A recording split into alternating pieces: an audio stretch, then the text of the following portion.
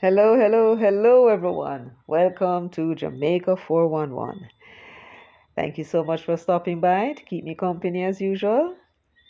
If you're here with me for the first time, welcome, welcome. So nice to have you.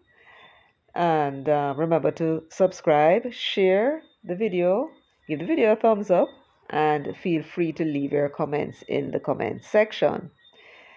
If you are my subscribers, welcome back. And my regular viewers, welcome back as well. I hope you are, well, I don't know. There have been some excitement that's been going on, and I hope you're caught up in the excitement and doing quite nicely. Anyway, um, you know the ropes. You're going to give the video a thumbs up from now on, is what I would recommend. And of course, share and then you return so that we can get down to business. And of course, I don't want you to think my mother never grew me good, my mother grew me good. And so I thank you in advance. Great. And I know you're not going to forget to leave your comments in the comments section, which I do appreciate as well. Now that is out of the way, let's get down to business. So, as you can see, Jamaica's first female finance minister was appointed yesterday, October 30, 2024. And I have to say, it's about time. It's about time. And when you consider that, you know, I don't know, it's a very strange thing that everyone that is in government at any time during the history of this country, they are coming out of a home. And in the home, for the most part, it's the females that control the resources. And they see how well the female in general, not all females are very good at controlling resources and setting priorities for their families. And they brought up children successfully, arranged to have many of them educated, send them to the best school that the money could buy, the money that the family has, and can take a small amount of money and do a whole heap of things with it. And when I say a whole heap of things, I mean, as much as they can with it, which is sometimes, very often, more than what would expect that a small amount of money can do. And that is because they have what is known as priorities setting. They're very good at setting priorities, we women. I mean, this is something that is just in our DNA as women, in our DNA as much as is our instincts for nurturing. But even then, some women do not possess it. And we may say that those are malfunctioning females, if we can say that. Just as females who are not nurturing, one may call them malfunctioning as well, if you understand what I mean. And so I expect a lot. I think that some of my viewers and subscribers would remember that as far back as September 2024, let me see what date was it. Yes, it was September 4, 2024. I did this video. We're tired of the man them. And some of you berated me for it. Yes, man, you find fault with me. You find fault. And I was telling you to send this thing or give Andrew, because if Andrew want a third term, he must put a woman there. That is because in the family in general in Jamaica, most people have had very good experience with mothers, grandmothers and so on, managing very little resources. And sometimes the men, just carry the money, go get the woman, because he realized very early in the relationship that she's better at managing the resources than him. So him go out and earn the money, take a little money for him drink, him go drink with him friend them and so on a bar and, whatever. And then he give the rest to wifey. And wifey, do her magic with the money. Priorities settings. And that is how the family succeeds and survive and strive on very little. So This was a massive move on the part of Andrew Holness. And we in the resistance, myself and Karen and Natalie, of course, were saying, look, we need a female minister now. We want a change from the holy commandment with their priorities, which are often screwed up, right?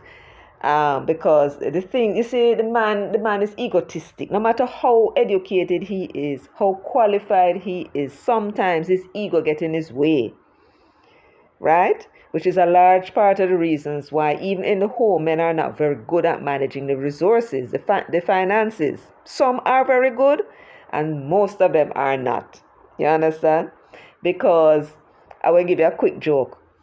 I remember during which one of the hurricane was it now? Was it which one is it? Was in 2000? Was it Allen? Was there one called Allen? Ivan it was. When Ivan was coming, my father went out shopping, and we went to Empire Supermarket because him swear said coming. I must say me are the only person in Jamaica said the hurricane not coming. It's not going to hit the country full on like they expected, right?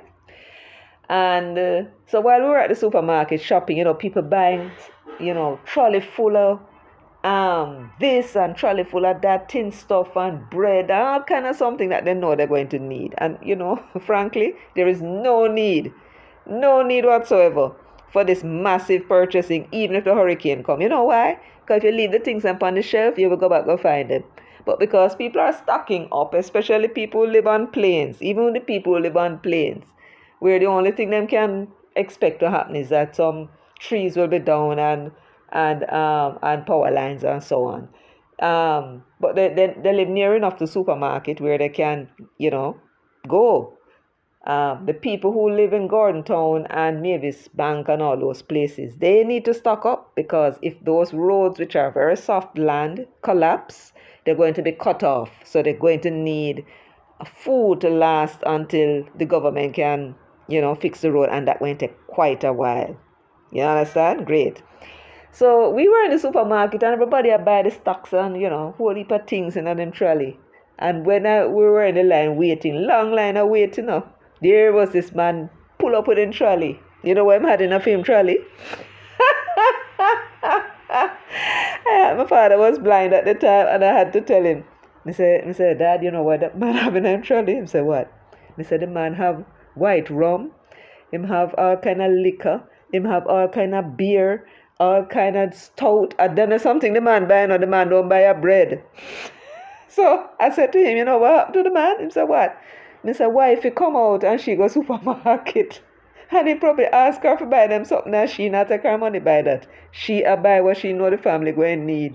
And him come now to buy what him need. All the liquor you can think of, the man laughs until that day. That's a man for you. But having said all of that, of course, you have many men who are responsible. And you have families where the man is the only person in the family. The female, gone abroad or them died or them, it's just them alone with the children. And they grow, when a man grows children, you can testify to it, those children tend to be different than when a female grow the children. The children with the female, they tend to be, people say they don't have the discipline, but I think they feel so much love because the female is really an embodiment of love. They feel so much love that when they're happy, they do all kind of things that they probably shouldn't do. But with daddy is now a dignified person, he's a man of, and he grows his children in a certain way, so they tend to be more disciplined. But there is always something a little lacking in those children as well, It is just my observation of those families that I know where they grow only with the fathers. So now that we have a female Minister of Finance, I am hoping that she will do a damn good job, and I expect that she will, but I'm hoping because that would now, if she does a damn good job and you are impressed and I am impressed, that will make sure that we get more female. And if she does a damn good job and set her priorities, she have to set her priorities because the money is limited. That's the key, That's why you need to set priorities about the things that you need to put money in. Because let me tell you, when you have limited resources, as we do, right? And you have so many poor people that need help, you have to determine now how you're going to balance that um, distribution of the resources in such a way that it will bring more resources in while you're helping people. You follow? Now, one of the biggest problem in my view that we have is low wages.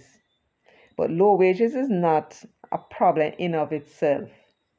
But when it is coupled with high cost of living, then you have a problem. So we have a high cost of living and low wage problem. And as the Minister of Finance, she now is going to have to be able to balance.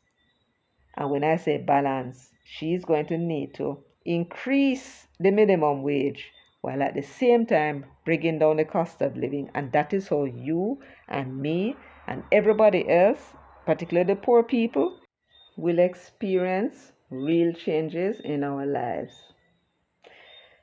Now, let me tell you why I say that it is the low wages that is causing the problem in this country, because it is the root of every single problem that we have in the country. Because of low wages, people are seeking to leave the island to go elsewhere where people are prepared to pay them more for their labor, right? There was a time in Jamaica when people were getting $1.51 US, per hour, when they could leave Jamaica and go elsewhere and earn in the US $7.25 US per hour. In the Bahamas, $5.25, the equivalent of the US per hour.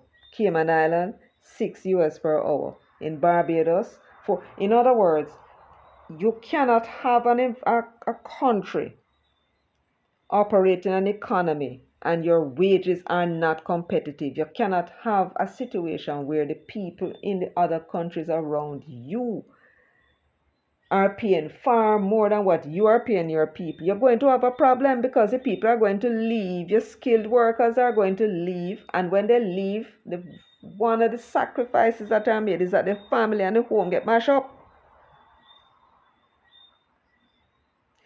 We spend billions of dollars each year to educate our children. And when they are supposed to come now and help build the economy with us because somebody else is offering them more money, they leave and go to that country and go build that country and send back remittance, which is just a fraction of what it is they're earning. How can that make sense? And that is caused by the fact that we are not paying the people a competitive rate. And don't tell no economist telling a damn nonsense about how it's unproductive and to raise the minimum wage is inefficient and it will bring inefficient. That's rubbish. Rubbish. The minimum wage being where it is now, right, is we the workers are subsidizing these inefficient businesses. That's what it is. And if to raise our minimum wage to $5.25, which is what they're paying their workers in the Bahamas, is going to make business collapse, then it means to say that that business should not be in business in the first place because they cannot compete. And this is the reason why we cannot produce much to export, because the people who are running businesses and running these businesses are being allocated money from the banks or wherever they get the money from, right? Especially if they're getting money from the banks. And they cannot run a business efficiently enough so that they can pay the workers what the workers are supposed to get. Then they should not be in business. So this chief source of the reason why we have this brain drain, this waste of our precious resource, this breaking up of the family, right, the subsidizing of businesses so that them can make super profit, right? They don't want to pay people because this largely is a slave plantation. Jamaica is a place, and it started its history under these white people as a place for exploitation, where you have some people who exploit the labor of others in order to realize their own dreams. And when those people left, they left another set of people in place, right? And they're carrying it on just the same. How can a little island like the Bahamas, far smaller than us, can pay people $5.50 per hour? And we are going to talk about say we can't pay, we can't afford. Why can't we afford it? Why can't we afford it? We have something in the order of 83% of our people on the minimum wage, 15,000 and under, and 19% poverty. And you expect that somehow a country is going to be able to prosper with so much people poor? The solution is you have to raise the minimum wage and make it compete with those other countries. When we make our minimum wage compete with the other countries, not only will we be able to retain our workers and our talented people here, but we will be able to attract people from abroad, the islands them and elsewhere, who want to come to Jamaica and earn money if we are pay them more than what their country is paying them. And so we get the gifted people, and that's how we build our economy. You cannot build your economy when the people who are supposed to replace you, the best and the brightest, gone afar and gone build that economy that never contributed a dime to them education. And so what I would suggest, or what she needs to do, depending on how she sees her priority, I think that this should be the priority of this country, is that we need to set a target for what the minimum wage should be. We're dealing now with visions. I spoke in my previous video about vision. Yes. Mark Golding has no vision. We need a vision now. We need to decide whether I think that the minimum wage we should seek to raise it to $8 US per hour. It cannot be done at one time, but it can be done over a period of time. So you're phasing it in. And I would suggest that the 6 months is a reasonable time for the companies to make the adjustments.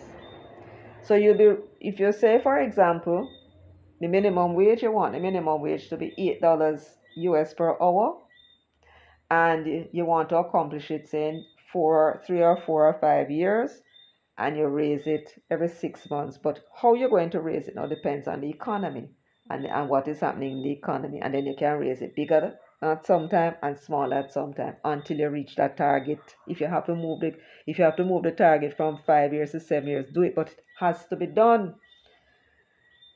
And then the workers will now see that, oh, I don't need to leave Jamaica, go leave my job and go somewhere else. I can just stay here and just hold the fort a little bit until I get my pay. Whenever the worker gets pay, especially black people and poor people, them spend, that money is going right back to business. And then from business, it goes straight into government, a portion of it. And the government gets more revenue to be able to fix roads, to be able to do something about the hospitals. I wonder if you understand what I'm saying.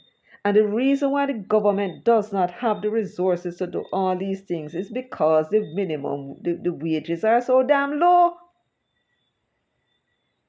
You think it's a coincidence that all those countries who are paying high wages are also the richest countries in the world? And the countries that are paying extreme low wages are the poorest?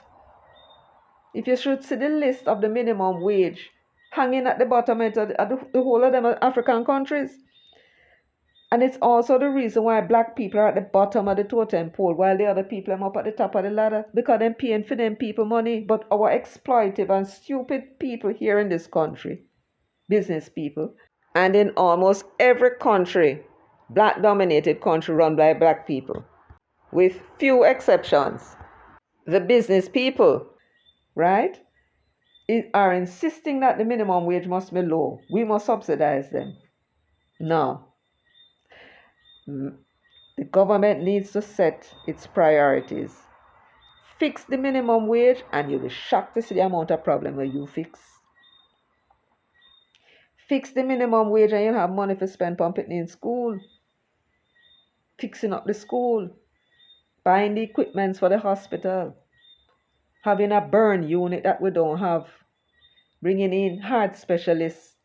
Having more pathologists. All the things that we need that we can't do now because there's no money, because the income of the country is so low. And the matter now of low wages is further compounded in people's personal lives when it comes to the matter of a high cost of living. Those are the twin demons that must be fixed if we are going to see a country that is going somewhere, with the people experiencing positive changes in their lives. And just to make a point before I go on, even though I suggested a minimum wage of $8 US per hour, it doesn't mean the government has to settle on that. It can settle on any figure. The United States at some point were contemplating raising their minimum wage from $7.25 to $15 per hour, which means the other islands who are trying to compete are going to have to raise theirs as well in order to keep their workers. It's only we one in this country going like we don't understand economics. And those who are employing people and the people who are economists that are being funded by these people are getting away with it for all these years, telling you these things because they know you don't understand. You know, you hear from Jamaica 411, you do understand what is the problem in the country. It is not crime. It is low wages. It has always been low wages. It is the root cause of every other problem we have in the country. And those other islands them understand, and they were trying to be competitive. We need to be competitive too. So the government can raise it to any figure they want. If the US is going to go 15, we have to be competitive. We may have to be at least 12, 12 or 13 if our people will decide that they're not going to uproot themselves and go anywhere else for extra $2. That is how you have to think about these things. You have to compete in order to keep your workers, or you're going to have the problems that we're having that will never solve, no matter which government go in there and what it is that they do. If you cannot get the income of the people up and the cost of living down, or if you want to keep the minimum wage where it is, you have to make sure you keep the damn cost of living way down so that you can have the same experience that the other persons are having in their countries and living the type of life that they are living. Otherwise, our people are going to keep leaving, breaking up the families, and causing all sorts of different problems in that regard. But I would suggest that they compete on dollar for dollar or as close to it as possible with the other countries. Our government can determine that our minimum wage is going to be even higher than them, higher than Canada, which is $11 and something US dollars, I understand, and set the target. Now, when we talk about setting the target, I would suggest that what the government do is to create a law, the minimum wage law, setting out what the objective of the law should be and the target they should arrive at, and then raising the minimum wage every 6 months. It would show that you're serious. But, it would be a hell of a commitment. Even if you have to raise the minimum wage at $100, raise it. But it would be a commitment that you're showing the people of Jamaica that you're serious about this thing, that this is a problem, you recognize it as a problem, and this is how you're going to solve it, right? If at some future date another government come in and want to change that, it's to their own peril. But if you attempt to maintain the increase in the minimum wage as a policy, that if another government comes in, they can abandon that policy. You understand me? Very easily. And the people then go right back to where they were. Right? That government will just sit down and allow the inflation to eat out the people's money again. and then put us right back in the position that we are in. And that's my point. So I hope the minister has her own ideas, and I hope that idea is centered around the issue, the main issue, low wages. And while she's dealing with the problem of low wages, she has to work now on the cost of living. While the wages are waiting to be increased, she must work on the cost of living.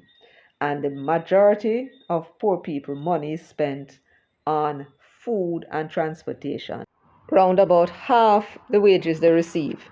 Not here and thing. Them have them neighbor can do them here, and they might buy some clothes, and people from France send them clothes, and clothes can last long. Right? Shoes can last long too. So where we need to work on the cost of living when we're dealing now is with the food. We need to get the food production up. And so I would suggest that one way they can do it is that the government needs to, and you have to remember now, the Ministry of Finance is is like the engine of the government. Everything about the economy and the well-being of the economy is engineered through the Ministry of Finance, right?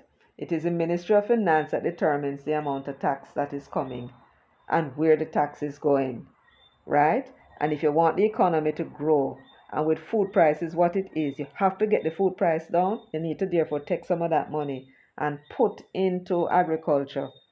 If what I would suggest, you have some money, 2 billion, 3 billion, and you give it to RADA or the ministry, and on loan it to the farmers over a long period, right?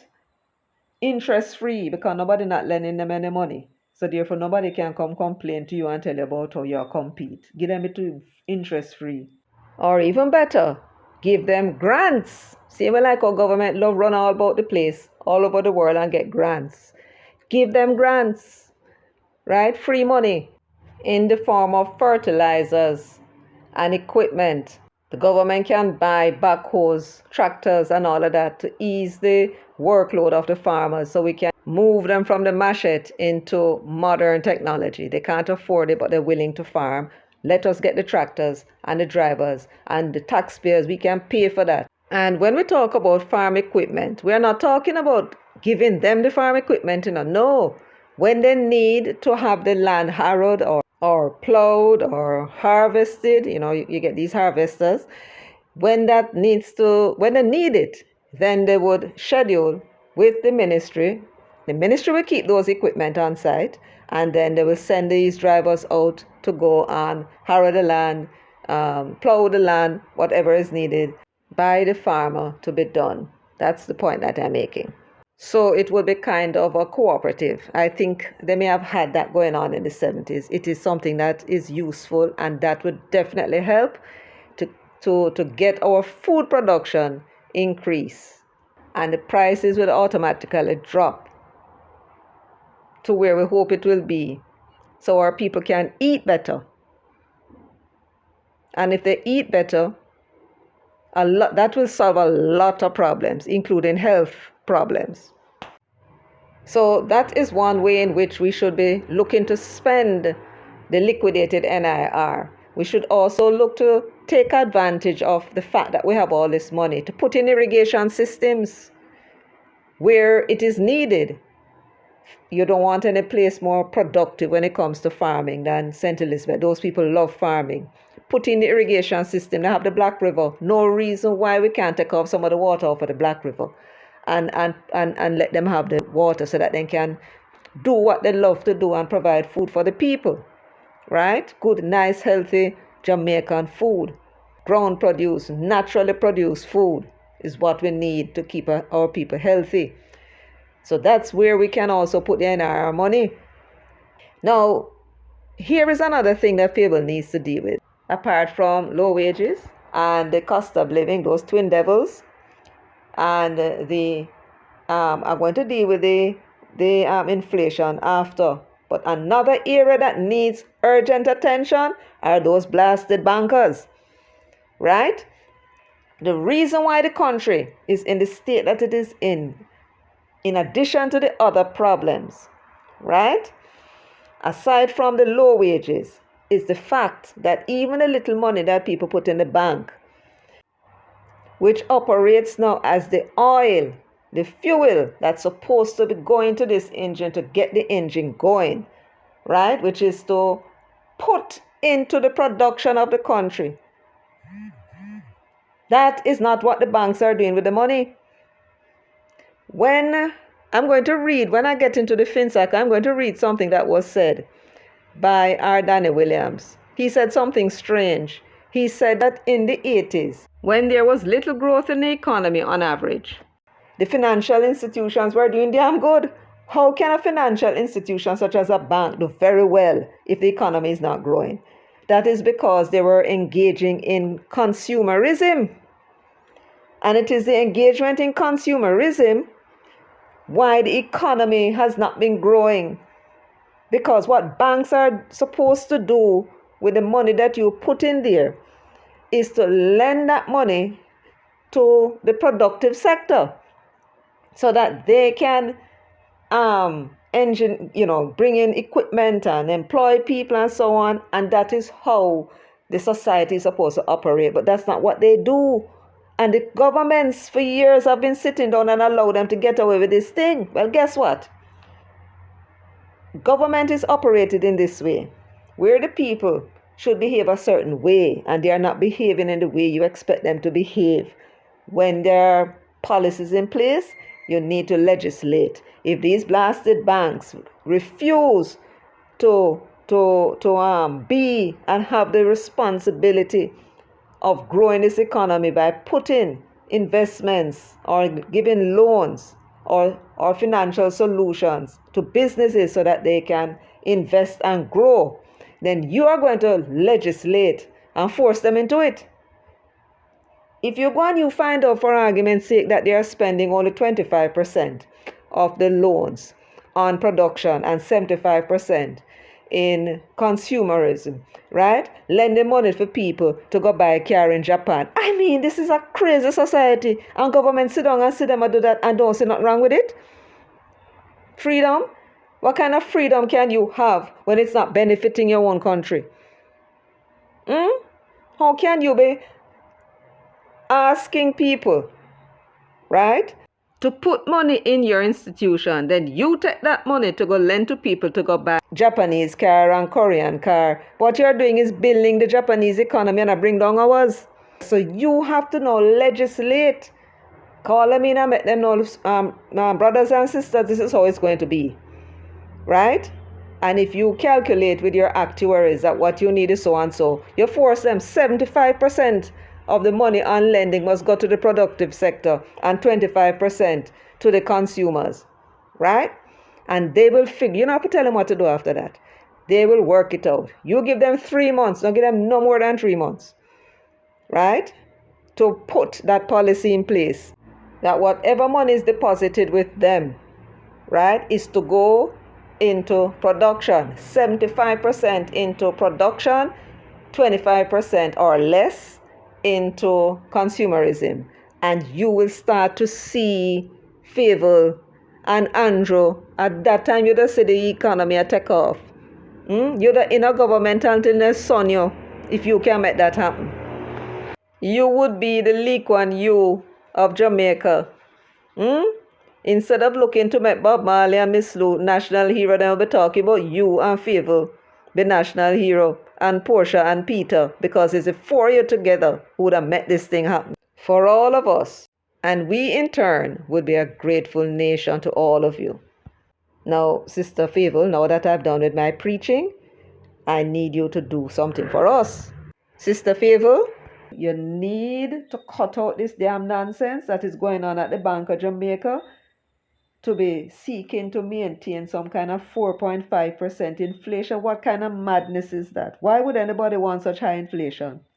Your partners that you're trading with are keeping lower inflation and you maintaining a 4.5% inflation? What kind of madness is that? That means that in 10 years, our dollar can buy 55.3% less than what it is buying today. That's compounded. Why would anybody be seeking to target inflation of 4.5%? The darn inflation is supposed to be zero, as close to zero as possible. Keep the prices them stable. And so that is another priority I think that she needs to look at. So Sister Fayval has 4 priorities. She needs to deal with the low income situation, the cost of living, those irresponsible banks, and inflation. And inflation sometimes has to do with cost of living and the foreign exchange. And the final thing that she needs to focus on, like a laser beam, is export. We must produce the export so we can get the foreign exchange to bring into the country so that we can pay for our imports. The import is not an issue, you know. We could import our $40 billion if we're exporting 50 billion. No problem. It is the fact that we're not exporting where the problem is.